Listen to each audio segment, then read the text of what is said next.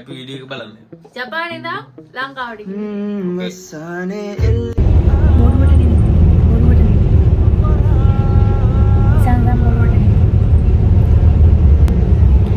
ඇත්තටම ඉඳී ඉන්නවන කන හොල්ලන්න මම ඇත්තට නිදියන් හිටියෝ. ඔයාලා මම ඇත්තටම නිදි. නෑ අතර නිදියන් ඉන්නවා නම් අර එහෙම ඉන්නේ නෑ. ඔන්න ගයිස් ඉතින් අපි ලංකාවට යන්න පිටත් වෙලා මේ යන්න හදන්නේ අවුරුදු ගානකට පස්සේ. අපි දෙන්න ලංකාවෙන් ආවත් හරි ජපානෙන් ලංකාවට ගියේම නැහැ. මොකද අපිට තිබුණ ෂෙඩියුල් බිසි ෂෙඩියුල් එකත් එක්ක අපි දෙන්නට යන්න උනේ නැහැ. ඉතින් කොහොම හරි අවුරුදු ගානකින් ඔන්න ගියා. 2000 years later.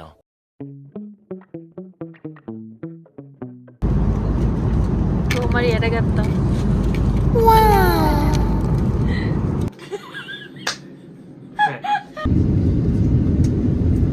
කියනවට මොනවද දෙන්නේ?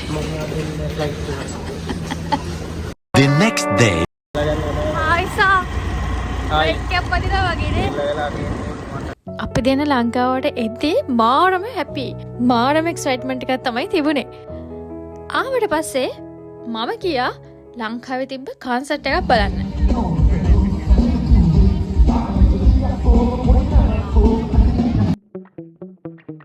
එතන තියෙනවා මේ වගේ අර මේ ස්කෝලේ ගිහිල්ලා කරන ඇක්ටිවිටිස්.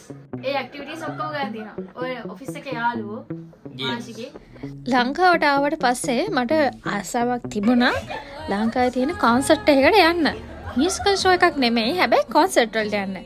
මම ලංකාවට ඇවිල්ලා දවස් 2කට විතර පස්සේ මට මතක විදිහට මම ගියා කන්සර්ට් එක බලන්න. ඉතින් ගියේ මගේ නංගිත් එක්ක.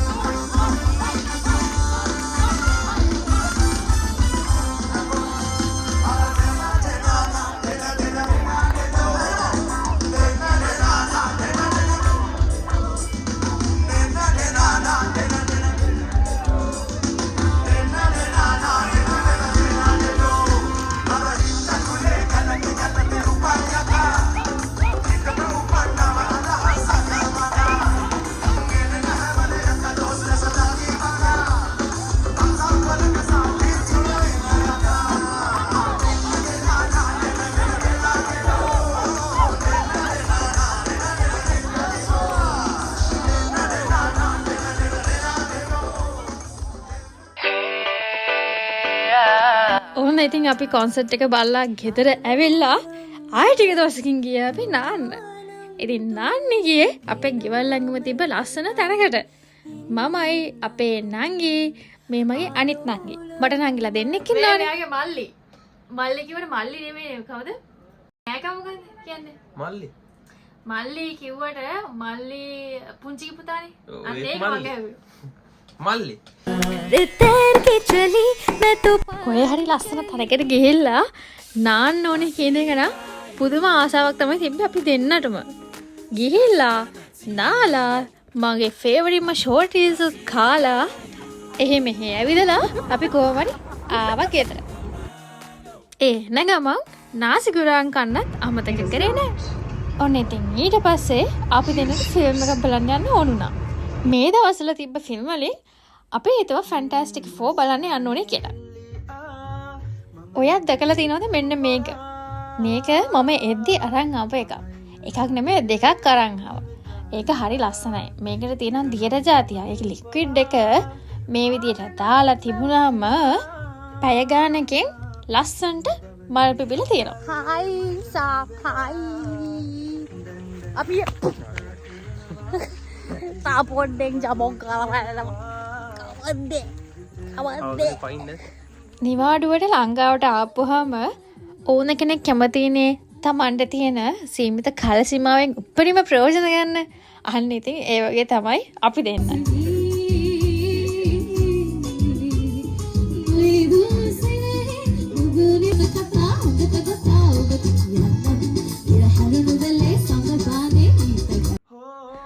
අපි රට ඉන්න කාලේ ගොඩක් අපිට මිස් වෙච්ච දේවල් තියෙනවනේ.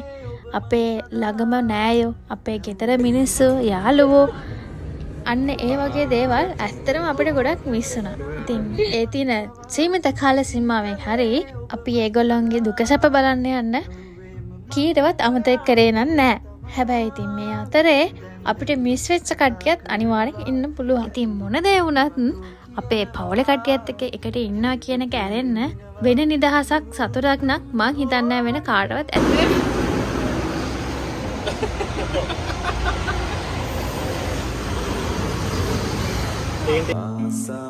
ඔයාට ගෙස් කරන්න පුළුවන්ද අපි කොහෙද යන්නේ කියලා? ඔව්, ගොඩක් දුර ගමනක්.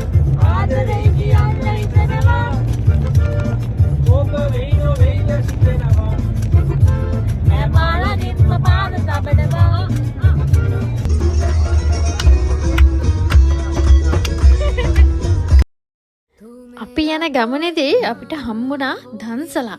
දන්සලා කිව්ව වෙලාවේ මගේ හිතේ ඇතිවෙච්ච සතුට කියලා නිම කරන්න බෑ. මගේ විතරක් නෙමෙයි අපි දෙන්නගෙම. මොකද අවුරුදු ගානක ඉන්නේ දන්සලක් වදින්නේ. අපි ආව බඩු ගාස්ට. අපි හැමෝම ආවේ අපේ අම්මගේ ගමට. මේක හරි ලස්සන ගමක්. බලන්නකෝ. ඔයා දන්න පළාතක්ද කියලා?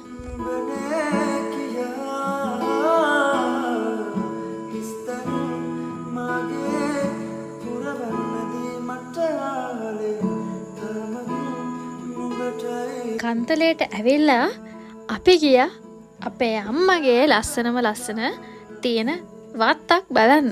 ඒ වත්ත වටේටම ලොකු ඇලපාරක් යනවා. ඉතින් අපි ගිය දවසේ නම් වතුර ලොකුවට තිබුණ නැහැ. හැබැයි මේ වගේ තැන්වල ඇවිදිද්දී මට නම් මතක් වෙන්නම අපි පොඩි කාලේ දුවලා පැනලා සෙල්ලම් කරපු ඒ සුන්දර මතකයන් විතරයි. ලෝකේ කොහේ හිටියත් ඒ වගේ මතකයන් කොහොම අමතක කරන්නද? ඔය තමයි කිං ඉෂාන්. කිං ඉෂාන්. මගේ වෙල්ට යන්න බලන්න. කොහොම හරි අපි ගියා ඊට පස්සේ අර කලින් පෙන්නපු වැවේ නාන්න. අපි සෙට් එක මේ වැවේ නාන්න ඇති පැය 2-3කට කිට්ටු වෙන්න. ඒ තරම් වෙලාවක් අපි මේකේ නෑවා.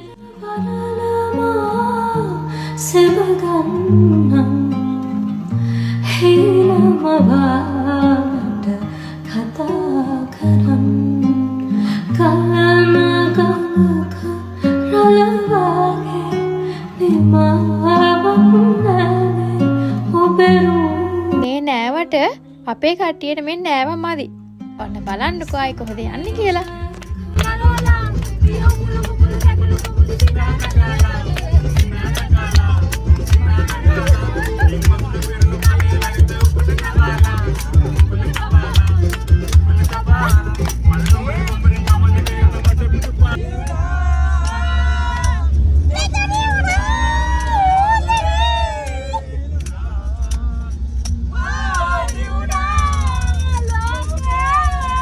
අපේ කට්ටියත් එක්ක ට්‍රිප් එකක් යනවා කියන්නේ ෆුල් ෆන්.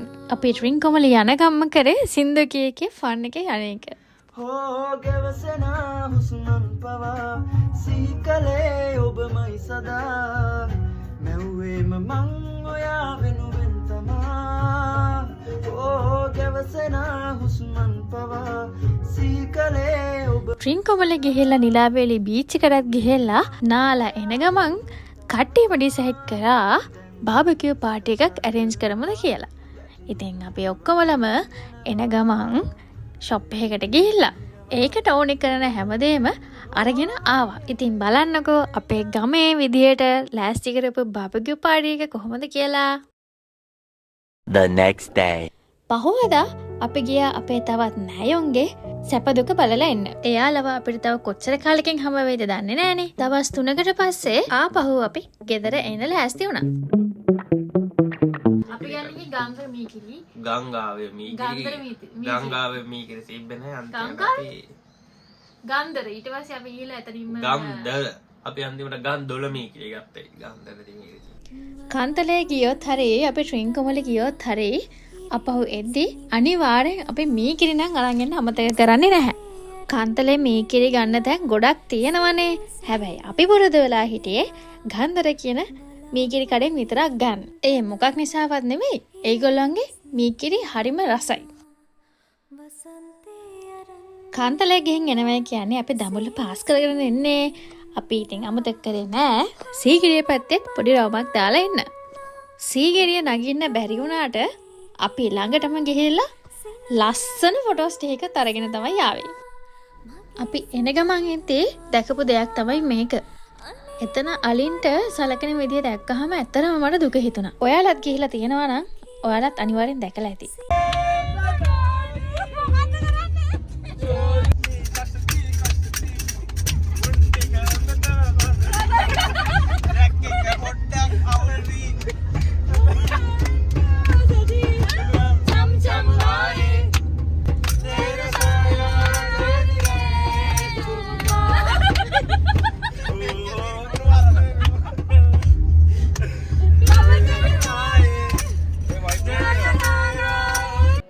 කාගේ බර්ත්ඩේ එක හිරසේ බර්ත්ඩේ එක මම දන්නේ නෑ මේගොල්ලෝ සර්ප්‍රයිසස් ඔක්කොම ලෑස්ති කරලා මම දන්නේ නෑ එනකම් ඒක හොලෙන් ප්ලෑන් කරේ ඔක්කොම ප්ලෑන් කරලා මාව එකපාරට මාව එතන සර්ප්‍රයිස් ලගිය මොකද්ද මේ කියලා. එතන ඔක්කොමලා අපේ නෑදෑව පරම්පරාවේ ගොඩාක් කට්ටිය හිටියා. මම දන්නේ නෑ ඒගොල්ලෝ ඇවිල්ලත් එක්ක. යාළුවෝ හිටියා, නෑදෑයෝ හිටියා. ඒ සුදාරි ඔක්කොම කේක් එක කෑවා. කෙනෙක් කන්න. අන්න ඒකයි වගේ. Nice.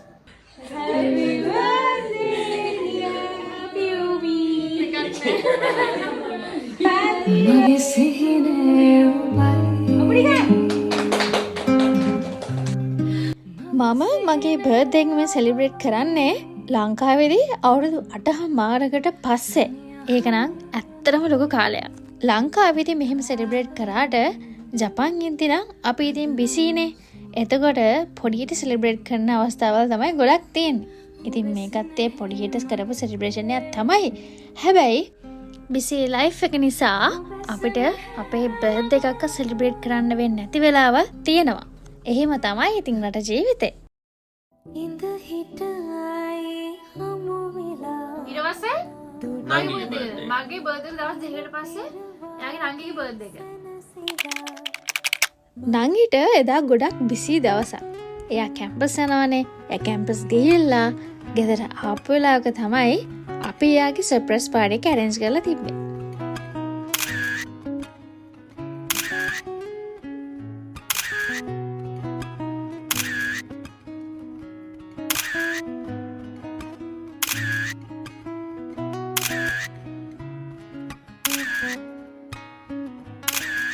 ඊට දවස් කිහිපයකට පස්සේ අපි ආයෙම බලන්නකො අපි කොහෙද යන්නේ කියලා.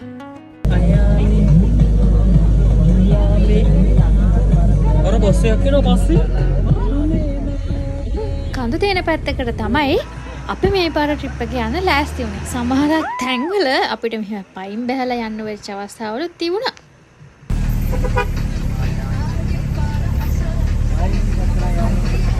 ආයෙ වලට කොහොමද මේ නේද ගයිර මාමා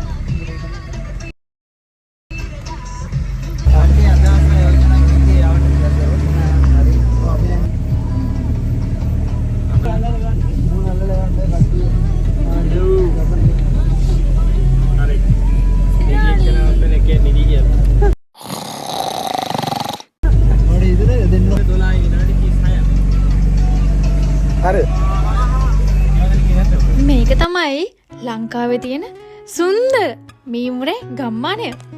අපි ලංකාවට එන්නත් කලින් ඉඳන්ම ප්ලෑන් කරන් හිටපු ට්‍රිප් එකක් තමයි මේ මීමුරේට යන ට්‍රිප් එක. අපේ ගෙවල් වල කට්ටියයි යාළුවෝයි ගොඩක් අය හිටියා මේ ට්‍රිප් එක යන්න. ඉතින් අපි දවස් 3කට නයිට්ස් 2කට තමයි මීමුරේට ආවේ ඇවිදින්න කියලා හිතාගෙන. අපි ආපු දවසේ රෑ තමයි මේ වීඩියෝ ක්ලිප්ස් එක මම ගත්තේ. මීමුරේ කියන්නේ ගම්මානයක් නේ. අපිට ඉතින් ගම්මානයකට ගිහිල්ලා ගොඩාක් ලොකු පහසුකම් නම් බලාපොරොත්තු වෙන්න බෑ. ට්‍රිප් එකේ අපේ රෑ දෙකේදීම DJ සෙට් කරලා දුන්නේ අපේ දුකාමලි. මේ ඉන්නේ අපේ DJ මාස්ටර්. එයා තමයි අපිට දවස් දෙකේම කම්මැලිකම නැතුව ෆන් එකේ DJ එකක් සෙට් කරලා දුන්නේ.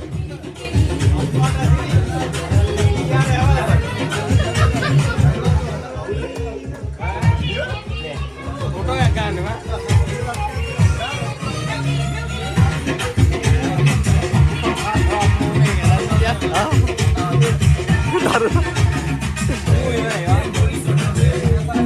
මුරේ දෙවනි දවස. අපි අද ලොකු ගමනක් යන්න ප්ලෑන් කරන් ඉන්නේ.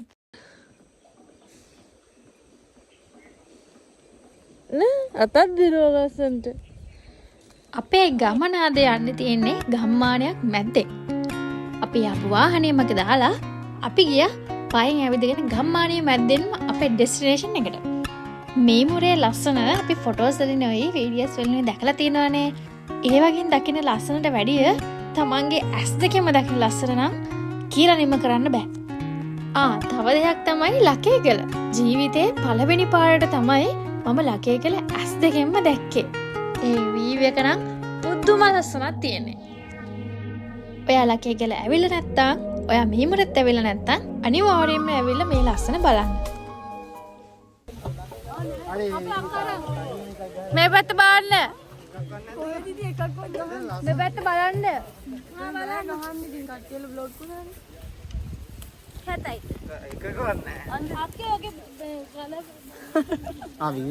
වීඩියෝ ගන්න කොහෙද කියලා මං තාම කිව්වේ නෑනේ. ඕම් බලන් ඉන්නකෝ කොහෙද අපි යන්නේ කියලා.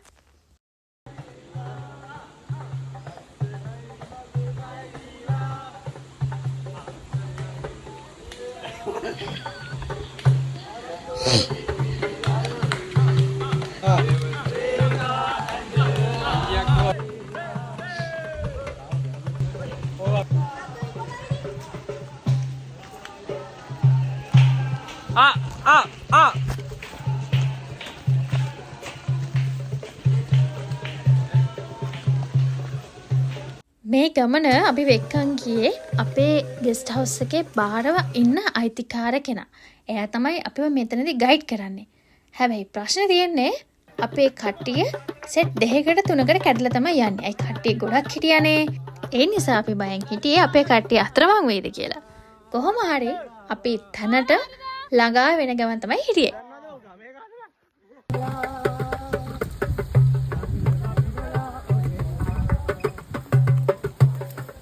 මට මතක විදිහට අපිට තිබුණා කිලෝමීටර 2කට වැඩි ඇවිදගෙන යන්න. අපිට වාහනේ යන්නත් තිබුණා. හැබැයි අපේ කට්ටිය ඩිසයිඩ් කරේ දුර පාරෙන් ගම මැද්දෙන්ම යන්න ඕනේ කියලා. මොකද ගමේ දේවල් විඳින්නනේ අපි ආවේ. ඉතින් ගමේ ලස්සන බලන ගමන් ඒ දේවල් එක්ස්පීරියන්ස් කරන ගමන් තමයි අපේ කට්ටිය දුර පාරෙන්ම යන්න තීරණය කරේ. අපි යන ගමන් ඉද්දී අපිට හම්බුණ ලස්සන පූසෙක්. එයා හරිම කීකරයි. හූරන්නේවත් කෑ ගහන්නේවත් නෑ. හොඳට ඉන්නව වඩා ගත්තාම. පුළුවන් නම් අපේ කට්ටිය පූසාව ගෙදර අරන් එනවා. ඒ තරම් ඒ පූසට ආදරේ හිතනවා.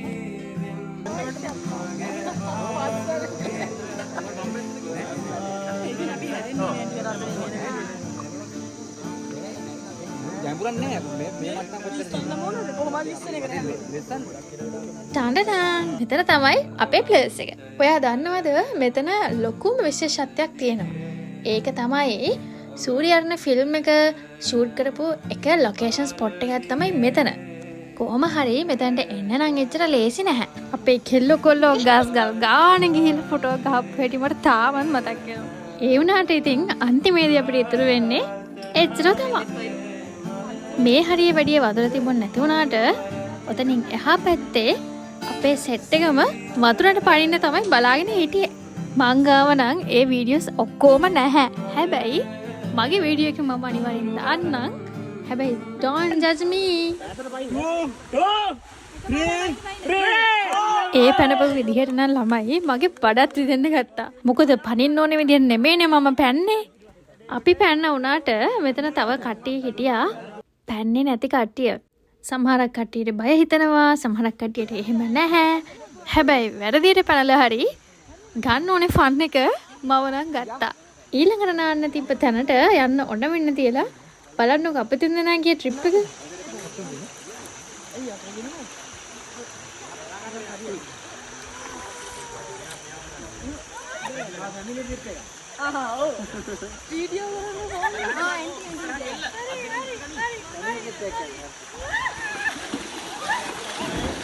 අතරින්ද පැය ගානක් නාලා ඔන්න අපි ආවා අපේ ඉටපු තැනට. ඇවිල්ලා අපේ ලන්ච් අරගෙන ඩිනර් අරගෙන කට්ටියේ පාටි. අපේ කෑම ඔක්කොම බ්‍රෙක්ෆාස්ට් ලන්ච් ඩිනර් ඔක්කොම මෙතනින් අපිට ලෑස්ති කරලා දුන්නා. ඒ වගේම අපි අවසර ඇතුව තමයි අපේ මේ පාටිස් දැම්මේ. ඉතින් ඒගොල්ලෝ අපිට වෙලාව දීලා තිබුණේ රෑ 10 වෙනකන්. අපි වෙලාවටම 10ට ඔෆ් කරලා කට්ටියම ගියා නිදිය ගන්න.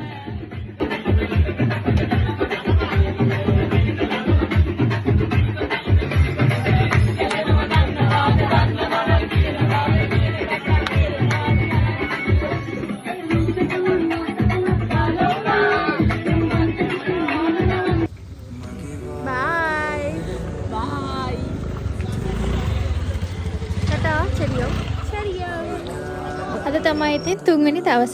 අපි ගෙදර යන දවස. තව දවස් 3-4ක් ඉන්න තිබ්බනම් ඇත්තටම හොඳයි කියලා හිතුණා. හැබැයි අපි ගෙදර යන්න තිබයි. මොකද අපිට තව යන්න ට්‍රිප් ගොඩක් තියෙනවා. ඉතින් මම මේ ට්‍රිප්ස් ඔක්කොම මේ විදිහට vlogs වලින්ම අනිවාර්යෙන්ම ඔයාලට අරගෙන එනවා. ඉතින් subscribe කරලා තියාගන්න. ඔයාලත් මේ මුරේ ගිහිලා තියෙනවා නම් ඔයාලගේ එක්ස්පීරියන්ස් එකත් කමෙන්ට් කරන් යන්න අමතක කරන්න එපා. තව ලංකාවේ travel කරන්න ලස්සනම තැන් ටිකකුත් කමෙන්ට් කරගෙන යන්න. අනිවාර්යයෙන්ම මම ඔය කමෙන්ට්ස් උත් කියවනවා. එහෙනම් මම අදට ගිහින් එන්නම්. Thank you so much for watching my video. See you. Bye bye.